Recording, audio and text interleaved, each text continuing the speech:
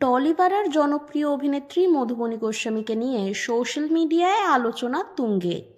2021 সালে তার একমাত্র ছেলে কেশবের জন্মের পর থেকে অভিনয় থেকে দূরে রয়েছেন মধুবনী। পর্দায় কাজ না করলেও নিজের পার্লারের ব্যবসা ও নিয়মিত ব্লগিং চালিয়ে যাচ্ছেন তিনি। সম্প্রতি সামাজিক মাধ্যমে কেরিয়ার ত্যাগ নিয়ে বিতর্কে জড়িয়েছেন মধুবনী, কিন্তু মধুবনী চুপ থাকার লোক নন। তিনি পাল্টা উত্তর দিয়েছেন ট্রোলারদের। দুদিন আগে কেশবের মুখে ভাতের একটি ছবি শেয়ার করে অভিনেত্রী লেখেন, মা হওয়া সত্যিই সহজ নয়।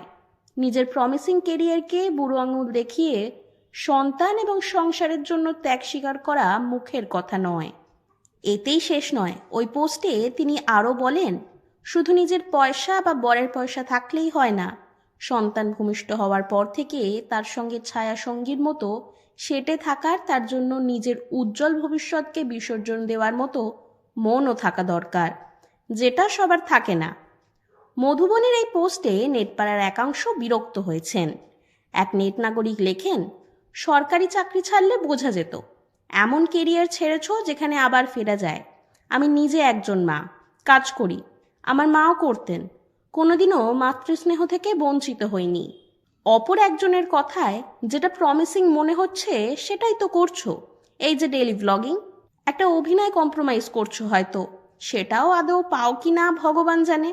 আর সেটা না করে ব্লগিং, পার্লার, জিমের মতো 5টা কাজ করছো, আর অন্যদের আবার অপমানও করছো। আরেকজন লিখেছেন, এই বিসর্জনে মহত্ব দেখিও না, আসল মহান তো 2 দিক সামলে যারা এগিয়ে চলেছে তাদেরই বলা যায়।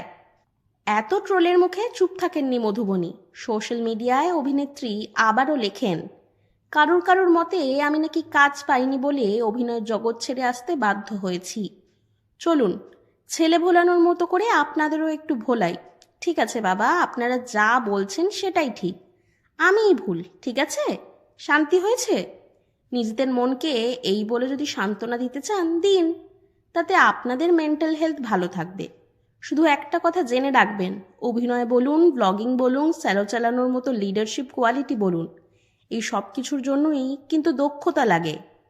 কোনোটাই তুড়ি মেরে করা সম্ভব নয়। সম্ভব হলে হয়তো সবাই করতে পারতেন, কিন্তু সবাই তো পারেন না। তাই অভিনয় তো আর ডাক পাও না তুমি ওই ব্লগ করো আর সেলুন খুলেছ, ব্লগে নিজের বাচ্চাকে দেখিয়ে রোজগার করো। এই ধরনের কথা বলার আগে শুধু ভাববেন যে একসময় যার অভিনয় দেখতেন আজ সোশ্যাল মিডিয়ায় তার ব্লগ দেখেন এবং তার কীর্তিকলাপ নিয়ে আলোচনা করেন। তাহলে দর্শককে টেনে রাখার ক্ষমতা কার আছে? এই প্রশ্নটা শুধু নিজেকে একবার করবেন, আশা করি উত্তর পেয়ে যাবেন। সোশ্যাল মিডিয়ায় নিজের বক্তব্য স্পষ্টভাবে তুলে ধরেছেন মধুবনী। নেটিজেনদের ট্রোলের মুখে কটাক্ষের পাল্টা জবাব দিয়েছেন জনপ্রিয় অভিনেত্রী।